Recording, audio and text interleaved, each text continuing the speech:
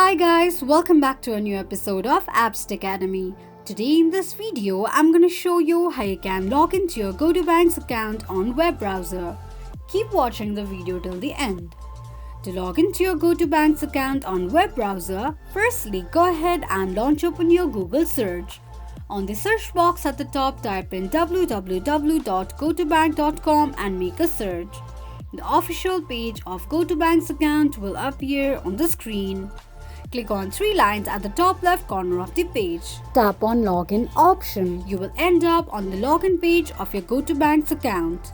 On the next page, enter your email address and password associated with your Go2Bank's account and tap on Login. Click on an eye icon to check if you have entered your password correctly or not.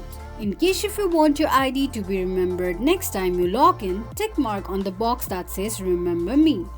This is how you can log into your Go2Bank's account on web browser quickly and easily just in few steps. If you have any thoughts or queries, let us know in the comments section. Don't forget to subscribe to our channel. Also press the notification bell icon so that YouTube will notify you whenever we post a new video. I hope this video was helpful to you. Thank you so much for watching.